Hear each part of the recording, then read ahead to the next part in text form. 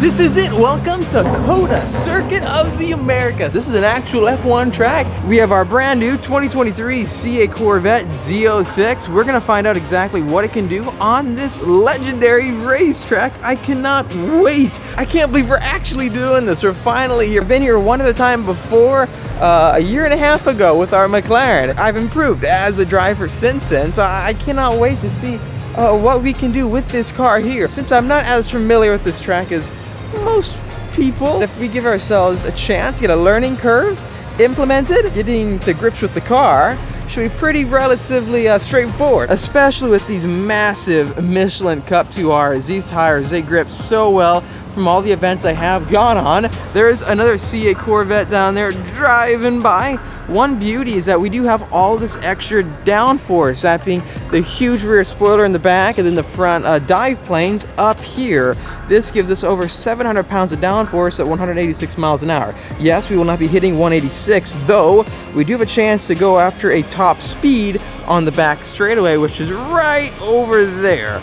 You'll see it shortly. Okay, I will be honest. I do have one big complaint with the Z07 or the Z06 in general. The seats aren't as race-like as you would get with the Senna seats we have in the McLaren or even like some Porsche buckets. I think staying in position might be a little bit difficult. When you're trying to get to the extra limit, having harnesses and stuff to keep you held in tight, you can feel the car more and the entire experience gets improved. So that's one mod, I guess you could say, I do want to add into the car. But they're on track right now. GT500 track pack that just drove by. We will find out what this car can do on this legendary racetrack.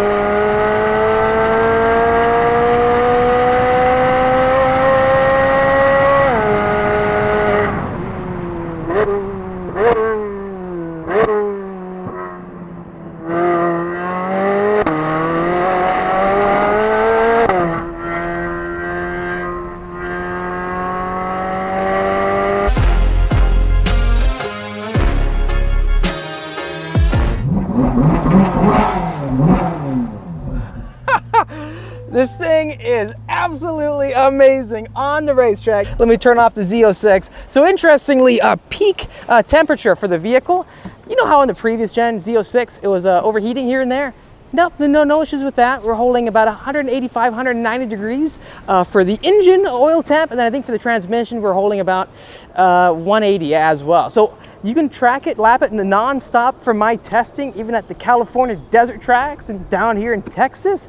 But the biggest thing with the car is when you get out of the C8 Stingray and then into the Z06, it honestly feels like a different car, and you notice it right away fundamentally with the downforce and these Cup 2R tires. I think Michelin nailed it with the Cup 2Rs because the amount of grip that you have with them, it just blows your mind. So backing up, we have some more awesome cars down there. 992 GT3, Heritage Edition, GT350R, GT500. So many great cars here today, but the beauty of this video is that it shows how this car delivers. It fully delivers. It is designed for a track like this, more so than the Butts and Willows I've been going to. I wish I had more tracks like this on the West Coast because it's just been fantastic. The amount of downforce you can feel in the high-speed corners, the front-end grip, unrelenting, cooling couldn't be any better. These Michelin tires, they actually wore pretty good. Look, the outer edge isn't peeling off first, nothing like that. And the amount of confidence it gives me is it pretty much dead. I have a little bit more life left in them, but I would highly recommend if you guys get a Z06 or a Z07, track it in these Cup 2Rs. I fully see why the team put these tires on this car because being so wide and so sticky as an R compound, every time when I get off the track, I can feel it, and it's like peeling off rubber. Not only that, the braking zones are much shorter because I can brake later since they're stickier and the contact patch is so wide up front. Not only that, the amount of just confidence-inspiring grip out back blows my mind because in some of the high lateral G sections, I can go foot to the floor with the gas and the car hooks up. It goes. It doesn't slide out from under me. And when the car starts to get some movement, rotate a little bit, you can feel it. and it's not rapidly just swinging around. No. It is easy to control. We're in race 2 mode, which you could go full all off, but I believe race 2 is pretty much all off, but there might be a little bit of something baked into it. I feel like it's the best mode for the car. Not only have we been able to go lap after lap here, but the car has been consistent the entire time. These tires, lap after lap, I can push it and the response, it wasn't a rapid fall off. Yeah, I would say that my best lap of 219 is with non-new Cup 2Rs, and yes, I would say with a new set of Cup 2Rs, you'd probably drop maybe 2 seconds, if not more, because of how sticky it is right away. I feel like the drop off for the car is probably just about 2 seconds, maybe 3, from brand new rubber to the rubber I have right now, which is about 6 or 7 track sessions, I believe, old. And it's so consistent, it's still so fast that I would keep going up. It's not to the same point where you want to chase lap times anymore. Ideally, you'd want to get your ultimate lap when you are comfortable with the car, you are fully familiar with the track, and you have spare tires to go through. So next step of the process, I think, is we need to get another set of tires and wheels for the Z06, and then we can go from there and put down laps. Because imagine me putting down a lap right now with a new set of Cup 2Rs. Now that I know the track. It's my second time here. You got to realize it's been almost 2 years. So I love this track, and I've learned so much talking to the great people here today, and many of them own so many awesome cars like this GT350, great father-son duos all over the place. Just the people at the track are some of the nicest people around, and major shout out to Chevrolet for loaning us that Silverado to make this whole trip possible. It's been an absolute blast, and yeah, we're showing the world that this thing is predictable, consistent, and it's legit. The marketing claims are true. I'll be honest, I wasn't sure because we didn't see much. Chevy doesn't announce lap times, do they? We never even saw Nürburgring times. But the beauty of it is that I think this was the fastest stock car of the day here. Most cars were modified. For an amateur like me, on a track like this that I'm new to get that kind of time shows you that this doesn't have the issue that people said like the ZR1 had or some other front-engine cars with a lot of power. That being, some cars can be extremely fast, but you can't get to the limit of that speed very effectively or easily. This is a comfortable limit where I'm doing these lap times. I'm not sliding out everywhere. I'm not fighting the car too much. I'm just learning the track. So that shows you this is one of those supercars they call it now, because this is what supercars nail. You can go extremely fast, faster than any other car, relatively easily. Everything feels thoroughly engineered like you're buying a track car straight from the factory, and this is OEM. This is fully stock, so no one comment below that, oh, you modified, oh, you changed out your tires. No. Go to the dealership right now, go buy a Z07, and you can put down this time. It's that easy. Now, hopefully Michelin will help us out and work with us to get more tires so we can keep running these cars and showing to the world what track cars can do and why you should go to the racetrack. That would be a total blast. So Michelin, if you're watching this video, I'm an enthusiast and we're putting it to work. Let me know, do you approve? What do you think, and how can I improve personally to get even faster? I think from talking to all the guys here, there are a lot of areas where I'm not nailing and I need to turn in later and push the car even more, brake harder. So there's more on the table. The car's got way more in it. Hit the like button if you enjoyed this video, subscribe, and I'll see all of you in the next episode. Stay tuned for 10 more episodes here and more journeys coming out your way. See ya.